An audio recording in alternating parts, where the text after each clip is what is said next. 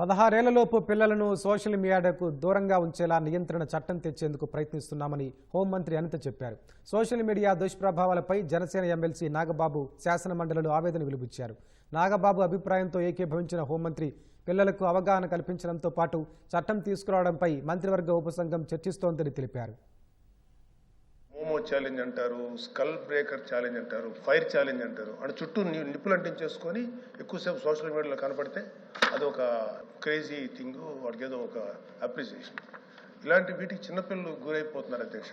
ఈ social media వల్ల ఏమవుతుందంటే అధ్యక్ష, పిల్లలు సైకలాజికల్గా ఎమోషనల్ డిస్ట్రెస్కి, రకరకాల డిప్రెషన్స్కి గురవుతున్నారు అధ్యక్ష. ఖచ్చితంగా ఈ సోషల్ మీడియా మీద అవగాహన కార్యక్రమం చేయడం ఎంత ముఖ్యమో అంతకు మించి చట్టం తీసుకొస్తే ఒక భయం ఉంటుంది. సోషల్ మీడియాలో పెచ్చు పెరిగిపోతున్న ఈ తీవ్రమైన పదజాలాలు ఒకటి అంటే వాళ్ళకి అవగాహన ఉండదు. ఎవరో ఏదో పెట్టమంటారు, ఇమీడియట్ గా వాళ్ళు పెడతారు.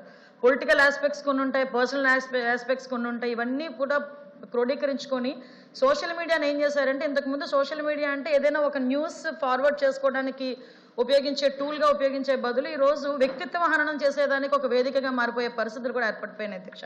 దీంతో పాటు ఇందాక సభ్యులు చెప్పినట్టుగా స్కూల్లో చదువుకునే పిల్లలు కూడా వాళ్ళకి చేతుల్లోకి ట్యాబ్లు, ఫోన్లు వెళ్ళేసరికి వాళ్ళకి అనవసరమైన వాటిని కూడా ఓపెన్ చేసి వాటిల మీద దృష్టి పెట్టే సందర్భాలు కూడా చాలా ఎక్కువైనాయి. అసెంబ్లీలో ఒక చట్టాన్ని పెట్టి మనం కేంద్ర ప్రభుత్వానికి పంపించాలి. ఆ ఇనిషియేషన్ అన్నది ఆంధ్రప్రదేశ్ నుంచి ఎందుకు జరగకూడదు?